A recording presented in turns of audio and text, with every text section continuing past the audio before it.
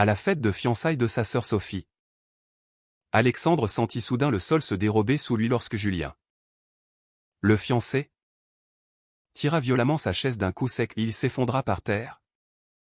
Le verre de champagne éclatant en 1000 morceaux autour de lui, déclenchant un silence glacial dans la salle bondée. Les rires s'arrêtèrent net. Et Alexandre, le visage rougi par l'humiliation, leva les yeux vers Julien qui arborait un sourire narquois, murmurant assez fort pour que tous entendent, « C'est pour les pédés qui osent s'asseoir à notre table. » La famille, figée, ne réagit pas immédiatement. Mais Sophie, les larmes aux yeux, se précipita vers son frère, marquant le début d'une soirée qui allait briser des liens irrémédiablement. Alexandre se releva avec dignité, époussetant son costume impeccable. Mais intérieurement, une tempête faisait rage.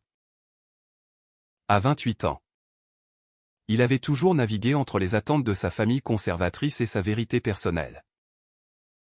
Originaire d'une petite ville de Provence, les Moreau étaient fiers de leur lignée traditionnelle, un père ingénieur retraité, une mère au foyer dévouée.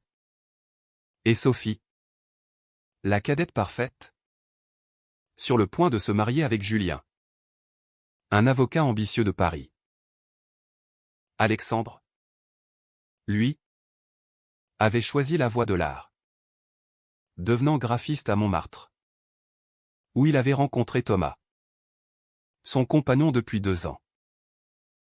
Mais ce secret pesait comme une enclume sur sa poitrine.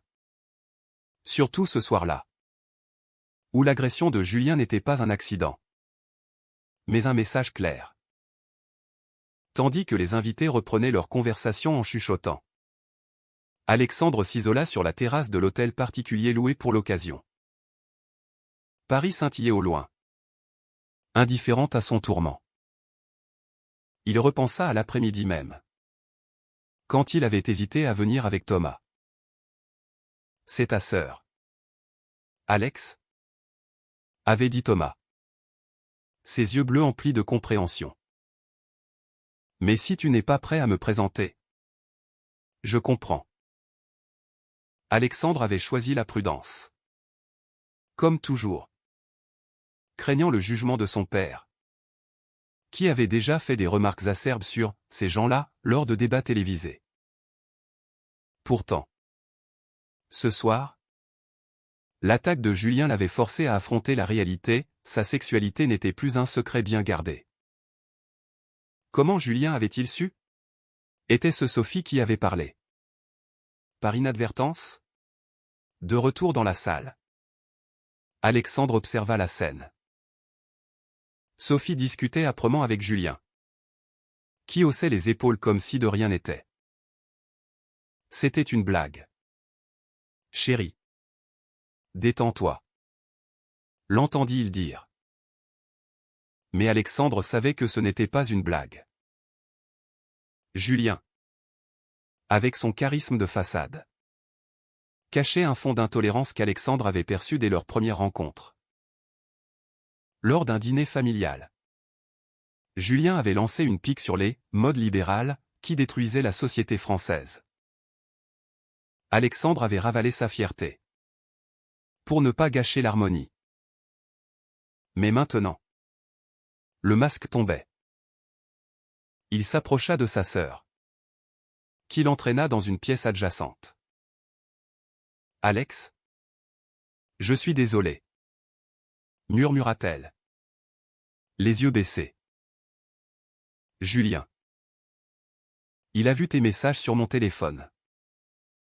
J'aurais dû être plus prudente. » Le choc fut double, non seulement Julien savait, mais Sophie aussi. Depuis des mois apparemment.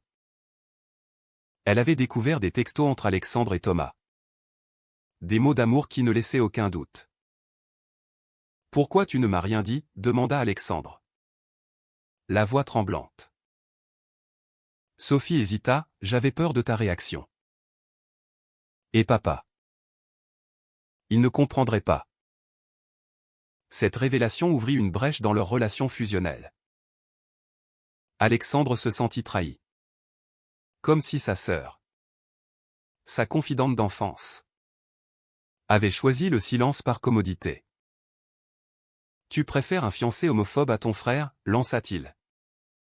Les mots sortant plus durs qu'il ne l'avait voulu. Sophie pleura. Mais ne nia pas. Elle murmura, le mariage est dans 3 mois. Je l'aime, Alex. Il changera. Cette nuit-là, rentrant chez lui à pied dans les rues froides de Paris, Alexandre appela Thomas. Ça a dégénéré, avoua-t-il. La voix brisée. Thomas, professeur d'histoire dans un lycée du Marais, l'écouta patiemment. Viens à la maison. On en parle. Leur appartement. Un petit 2 pièces rempli de livres et de toiles inachevées, était son refuge. Thomas, avec sa stabilité rassurante, représentait tout ce qu'Alexandre désirait, une vie authentique. Loin des faux-semblants. Mais ce soir, le doute s'insinuait. Était-il prêt à affronter sa famille pour Thomas? Où allait-il, une fois de plus, plié sous la pression? Le lendemain, un appel de son père changea tout. Alexandre, qu'est-ce que c'est que cette histoire à la fête? Julien dit que tu as trébuché. Mais Sophie semble upset. Le mensonge de Julien était clair. Et le père, ignorant la vérité, insistait pour un brunch familial.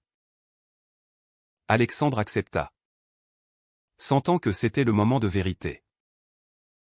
À table, dans leur maison de banlieue, l'atmosphère était tendue. Julien, assis à côté de Sophie, affichait une assurance feinte. Alexandre décida de ne pas tourner autour du pot. Papa. Maman. Il faut que je vous dise quelque chose. Je suis gay. Et Julien le sait. C'est pour ça qu'il m'a humilié hier. Le silence qui suivit fut assourdissant. Sa mère porta la main à sa bouche, les yeux emplis de larmes. Son père fronça les sourcils, gay. Qu'est-ce que ça veut dire? Tu es confus. Mon fils. C'est cette vie à Paris qui te monte à la tête. Julien intervint, Monsieur Moreau. Je pense qu'Alexandre exagère. C'était un accident. Mais Alexandre ne se laissa pas démonter. Il raconta tout, sa relation avec Thomas. Les années de cachotterie. La peur du rejet. Sophie, tête baissée, ne dit rien. La discussion vira au chaos. Le père accusa Alexandre de détruire la famille. La mère pleura sur « ce que diront les voisins ». Julien, sentant le vent tourner, se rangea du côté des parents, insinuant que Alexandre cherchait l'attention. Blessé, Alexandre quitta la table, le cœur en miettes. Dans le train de retour, il réalisa le prix de son silence passé, il avait permis à l'intolérance de s'enraciner. Thomas l'attendait avec un dîner préparé. Mais Alexandre était distant. Et si on arrêtait, murmura-t-il. Thomas, surpris, répondit, parce que ta famille ne comprend pas. C'est leur problème. Pas le nôtre. Mais Alexandre doutait. Les jours suivants, il évita les appels de Sophie, se plongeant dans son travail. Pourtant, une invitation à un dîner de réconciliation arriva. Hésitant, il accepta, espérant un miracle. Mais Julien y vit une opportunité pour consolider son influence. Le dîner de réconciliation se déroula dans un restaurant chic du quartier latin, choisi par le père pour remettre les pendules à l'heure. Alexandre arriva seul. Thomas ayant préféré ne pas s'imposer. Assis en face de Julien. Il sentit immédiatement la tension. Sophie, nerveuse, tentait de détendre l'atmosphère avec des banalités sur le mariage. Mais le père alla droit au but, Alexandre. Nous t'aimons. Mais cette phase, ça doit cesser. Pense à ta sœur. À la famille. Alexandre serra les poings sous la table. Ce n'est pas une phase. Papa. C'est qui je suis. Julien. Avec un sourire hypocrite. Intervint, peut-être que tu as besoin d'aide professionnelle. J'ai un ami psychologue qui traite ce genre de confusion. La provocation était claire. Et Alexandre explosa, confusion. C'est toi qui es confus. Julien. Tu m'as agressé parce que je suis gay. Et maintenant tu joues les saints? Sophie. Prise entre deux feux. Murmura, arrêtez. S'il vous plaît. Mais le père soutint Julien, il a raison. Fiston. En France, on respecte les traditions. Ces mouvements LGBT, c'est de l'importation américaine. La soirée vira au vinaigre. Alexandre quitta le restaurant, laissant derrière lui une famille divisée. Rentré chez lui, il trouva Thomas en train de corriger des copies. Ils ne changeront pas, dit-il. Effondré. Thomas le serra dans ses bras, alors? C'est à toi de choisir. Nous eux. Cette question hanta Alexandre les nuits suivantes.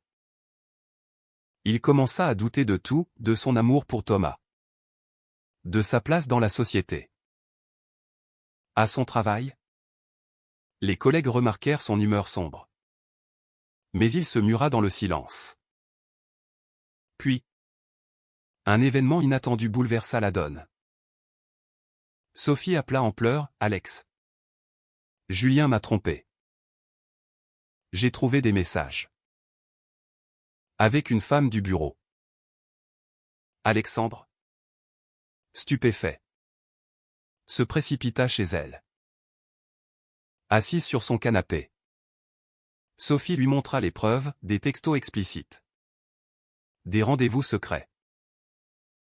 Je pensais qu'il m'aimait. Sanglota-t-elle. Alexandre, malgré sa colère passée, la consola. Il t'a manipulé. Comme il a essayé de me manipuler. Pour la première fois. Sophie admit, j'ai été lâche. J'aurais dû te défendre dès le début. Cette confession rapprocha les siblings. Alexandre raconta plus sur Thomas. Sur leur vie ensemble. Sophie écouta. Les yeux ouverts. Je veux le rencontrer. Dit-elle enfin. Mais le mariage approchait. Et annuler tout signifierait un scandale. Pense à papa et maman. Murmura Sophie. Alexandre rétorqua, et toi? Tu vas épouser un menteur pour plaire à tout le monde? Le dilemme était poignant, Sophie devait choisir entre son bonheur et les attentes familiales. Entre-temps, Julien, sentant le sol trembler, contacta Alexandre directement. Rencontrons-nous, proposa-t-il. Ils se virent dans un bar discret. Julien, sans remords. Admis, oui. Je t'ai tiré la chaise. Je déteste ce que tu représentes. Mais pour Sophie, je peux tolérer. Alexandre, outré, enregistra discrètement la conversation. Tolérer? C'est ça. L'amour? Julien haussa les épaules, la vie n'est pas un conte de fées. On fait des compromis. De retour, Alexandre partagea l'enregistrement avec Thomas. C'est un monstre, dit Thomas. Mais Alexandre hésitait à le montrer à Sophie, craignant de la blesser davantage. Les jours passèrent dans une tension croissante. Sophie, de plus en plus distante avec Julien, commença à questionner leur relation. Lors d'une répétition de mariage, elle confronta Julien sur son infidélité. Il nia d'abord, puis accusa Alexandre d'avoir monté un coup. « Ton frère est jaloux. Il veut détruire notre famille, » cria-t-il. Sophie, choquée, défendit Alexandre pour la première fois. « Non. C'est toi qui détruis tout avec tes mensonges. » Le scandale éclata. Les parents, informés, prirent le parti de Julien au début, blâmant Alexandre pour l'instabilité. « Tu as semé la discorde », accusa le père. Mais Sophie, forte de sa conviction, montra les messages d'infidélité. La mère, effondrée, murmura « Comment avons-nous pu nous tromper ?» Le père, stoïque, insista « On n'annule rien. Le mariage maintient l'ordre. » Cette rigidité révéla les failles profondes de la famille, une obsession pour les apparences au détriment du bonheur réel. Alexandre, voyant Sophie vaciller, l'encouragea « Tu mérites mieux. » Elle annula le mariage, au prix d'un ostracisme temporaire. Julien, furieux, menaça de poursuite. Mais l'enregistrement d'Alexandre le fit taire. Thomas, fier de son compagnon, proposa « Invitons ta famille à dîner chez nous. » Alexandre accepta, nerveux. Le soir venu, les parents arrivèrent tendus. Thomas, charmant, servit un repas simple. La conversation tourna autour de banalités. Mais progressivement, le père posa des questions sur leur vie. « Comment vous êtes-vous rencontrés » demanda-t-il. Alexandre raconta. Et pour la première fois, vit une lueur de curiosité chez son père. Pourtant, la mère resta distante, murmurant des prières silencieuses. Sophie, soutien inconditionnel, aida à briser la glace. À la fin du dîner, le père admit « Je ne comprends pas tout. Mais je ne veux pas te perdre. Fiston. » C'était un pas minuscule, mais significatif. Alexandre, ému, réalisa que le changement prenait du temps. Cependant, des tensions persistaient. Julien, évincé, répandit des rumeurs dans leur cercle social, accusant Alexandre d'avoir manipulé Sophie. La société, avec ses préjugés, amplifia le drama. Les rumeurs se propagèrent comme une traînée de poudre dans leur petite communauté provençale. Alexandre, de retour à Paris, reçut des appels anonymes, des messages haineux sur les réseaux. Dégénéré, lisait-on. Thomas, protecteur, suggéra de porter plainte. Mais Alexandre hésita, ça ne fera qu'empirer. Intérieurement, il luttait contre la honte internalisée, fruit d'années d'éducation conservatrice. Sophie, installée temporairement chez eux, apporta du soutien. On affronte ça ensemble, dit-elle. Mais le vrai test vint lors d'une réunion familiale élargie, pour l'anniversaire de la mère. Tante, oncle, cousins tous au courant du scandale. Alexandre arriva avec Thomas, main dans la main. Un acte de défiance. Les regards fusèrent. Une tante murmura, c'est contre nature. Le père, mal à l'aise, tenta de calmer les esprits. Mais Julien avait semé le doute. Pire, un cousin conservateur confronta Alexandre, tu as brisé le mariage de Sophie pour imposer ton mode de vie. Alexandre, la voix ferme, répondit, non. J'ai aidé ma sœur à voir la vérité. L'amour n'est pas une façade. Thomas, intervenant avec calme, ajouta, nous ne demandons pas l'approbation. Juste le respect. Cette soirée marqua un tournant, certains membres de la famille se rangèrent du côté d'Alexandre, voyant en Julien le vrai coupable.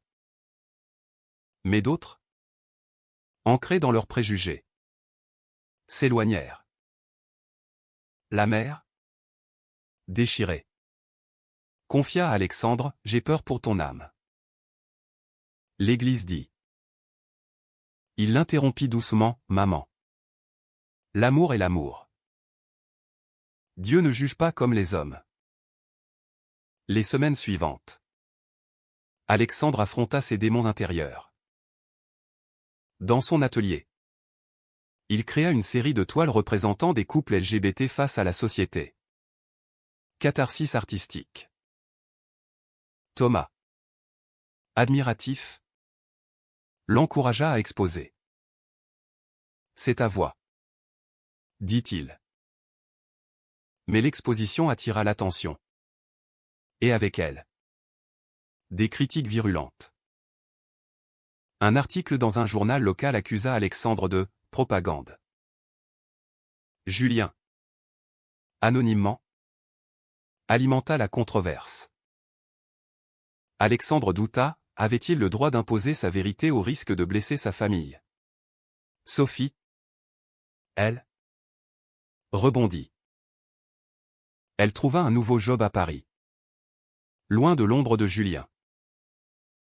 Grâce à toi, j'ai appris à choisir moi-même, confia-t-elle. Leur lien se renforça. Mais Alexandre paya le prix, des nuits d'insomnie. Une anxiété croissante. Thomas, sentant la distance, proposa une thérapie de couple. On ne laisse pas les autres nous détruire. Les séances révélèrent les blessures d'Alexandre, le rejet paternel. La trahison initiale de Sophie. J'ai peur de te perdre à cause d'eux, avoua-t-il. Thomas répondit, je suis là. Pour le meilleur et le pire. Un climax survenu lorsque Julien, vengeur, contacta le père avec de fausses preuves, des photos truquées montrant Alexandre dans des situations compromettantes. Le père, furieux, appela, c'est vrai? Tu nous fais honte. Alexandre, effondré, confronta Julien en personne. Dans un café, il lança, pourquoi tant de haine? Julien ricana, parce que des gens comme toi corrompent la société. Sophie était à moi. Et tu l'as volée. Alexandre, enregistrant à nouveau, répondit, non. Tu l'as perdue par tes actes. De retour, il montra l'enregistrement à sa famille. Le père, choqué, admit, j'ai été aveugle. Julien est un manipulateur. Cette révélation brisa les dernières illusions. La mère, en larmes, serra Alexandre, pardonne-nous. Sophie, libérée, encouragea, invitons Thomas à Noël. Pour la première fois, Alexandre se sentit accepté. Mais le chemin avait été douloureux. Des amis perdus. Une réputation ternie, le prix de l'authenticité. Pourtant, des fissures persistaient. Thomas, patient, commença à s'impatienter, combien de temps encore à attendre leur approbation? Alexandre. Tiraillé. Promis, bientôt. On vit pour nous. Une opportunité professionnelle à Lyon testa leur relation, Thomas fut muté. Et Alexandre dut choisir entre suivre ou rester près de sa famille réconciliée. C'est une chance pour nous, plaida Thomas. Alexandre hésita, craignant d'abandonner Sophie et les parents fragiles. La décision culmina lors d'une dispute, « Tu choisis toujours eux », cria Thomas. Alexandre, en pleurs, répondit, « J'essaie de tout réparer ». Thomas partit pour la nuit, laissant Alexandre seul avec ses regrets. Le lendemain, Sophie conseilla, « Suis ton cœur. Thomas t'aime vraiment. » Alexandre, éveillé, prit le train pour Lyon. À la gare, il trouva Thomas, « Je viens avec toi. » Leur étreinte scella un nouveau départ. Mais Alexandre savait que les cicatrices restaient. À Lyon, Alexandre et Thomas construisirent une vie nouvelle. Loin des ombres parisiennes. Alexandre trouva un studio graphique. Thomas reprit l'enseignement. Leur appartement surplombait la Saône. Symbole de fluidité. Mais les échos du passé persistaient, des appels sporadiques des parents. Sophie visitant souvent. Julien a disparu. Informa TL un jour. Il a déménagé à l'étranger. Alexandre sentit un soulagement. Mais aussi une pitié, Julien, prisonnier de sa haine, avait perdu tout. Les mois passèrent, marqués par des victoires petites mais significatives. Alexandre exposa ses toiles à une galerie lyonnaise, recevant des critiques positives. Une œuvre représentant un homme tombant d'une chaise symbolisait son humiliation initiale.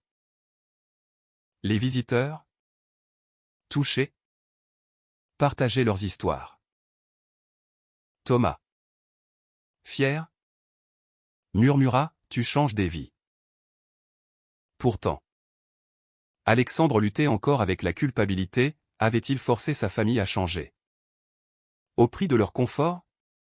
Un retour à Paris pour Noël testa cette paix fragile. Les parents, vieillis, accueillirent Thomas chaleureusement. Le père, maladroit, offrit un cadeau, un livre sur l'histoire LGBT en France. « J'essaie de comprendre, » dit-il. La mère cuisina un festin, évitant les sujets sensibles. Sophie, rayonnante, annonça, « J'ai rencontré quelqu'un. Un homme bien. » Alexandre, heureux, vit en elle un miroir de sa résilience. Mais une conversation privée avec le père révéla des vérités enfouies. « J'ai eu un ami. Jeune. Qui était comme toi. Il a souffert. J'ai peur pour toi. » Alexandre, ému, répondit, « Les temps changent. Papa. Grâce à des gens qui osent. » Cette vulnérabilité rapprocha père et fils, guérissant des blessures anciennes. De retour à Lyon, Alexandre réfléchit au choix fait. Avait-il trahi sa famille en partant? Ou sauvé son âme? Thomas, sentant son tourment, organisa un voyage en Provence pour revisiter les racines. Dans les vignes familiales, Alexandre confronta ses souvenirs, les jeux d'enfance avec Sophie, les attentes paternelles. « J'ai payé cher, » confia-t-il à Thomas. Mais ça valait la peine. Le climax final survint lors d'un appel de Sophie, « Papa est malade. Cancer. » Alexandre rentra précipitamment. À l'hôpital. Le père, faible, Murmura, je suis fier de toi. Fiston. Vis ta vie. Ces mots, tant attendus, libérèrent Alexandre. La famille, unie dans l'adversité, soutint le père pendant les traitements. Thomas, intégré, aida aux tâches quotidiennes. Sophie, forte, coordonna tout. La guérison du père marqua une renaissance. À sa sortie, il insista pour un dîner avec Thomas inclus. Plus de secrets, dit-il. Alexandre, les larmes aux yeux, réalisa le prix payé des années de douleur. Des relations brisées, mais aussi des éveils profonds. Julien, lointain souvenir, représentait l'intolérance vaincue. Pourtant, des questions persistaient. Alexandre, dans son journal, nota, ai-je forcé le changement? Ou était-ce inévitable? Thomas, lisant par-dessus son épaule, répondit, l'amour vrai force les portes. Leur relation, renforcée, devint un phare. Sophie se maria avec son nouveau compagnon. Alexandre comme témoin. Thomas à ses côtés. La société, lentement, évoluait, des lois progressistes, des mentalités changeantes. Mais Alexandre savait que la lutte continuait. Des amis gays lui racontaient leurs histoires similaires, rejet, violence verbale. Il s'engagea dans une association LGBT, donnant des conférences sur son parcours. Le silence tue, disait-il. Thomas, soutien inconditionnel, l'accompagnait. Leur vie, équilibrée entre travail et activisme, reflétait une victoire chèrement acquise. À la fin, Alexandre se posa une question, avait-il raison de tout risquer pour l'authenticité? Ou le compromis aurait-il sauvé plus de cœurs? Cette interrogation le hantait. Mais il choisit l'espoir. La famille, transformée, célébra des anniversaires ensemble, riant des vieux préjugés. Sophie eut un enfant. Alexandre comme parrain. Thomas comme oncle honorifique. La vie continua. Avec ses hauts et bas. Mais Alexandre, libre enfin, embrassa son identité. Était-ce la bonne voie? Ou le silence aurait-il préservé la paix? Était-il juste de forcer sa famille à affronter ses préjugés? Même au prix de souffrances collectives. Ou le compromis personnel aurait-il été une forme de sagesse morale?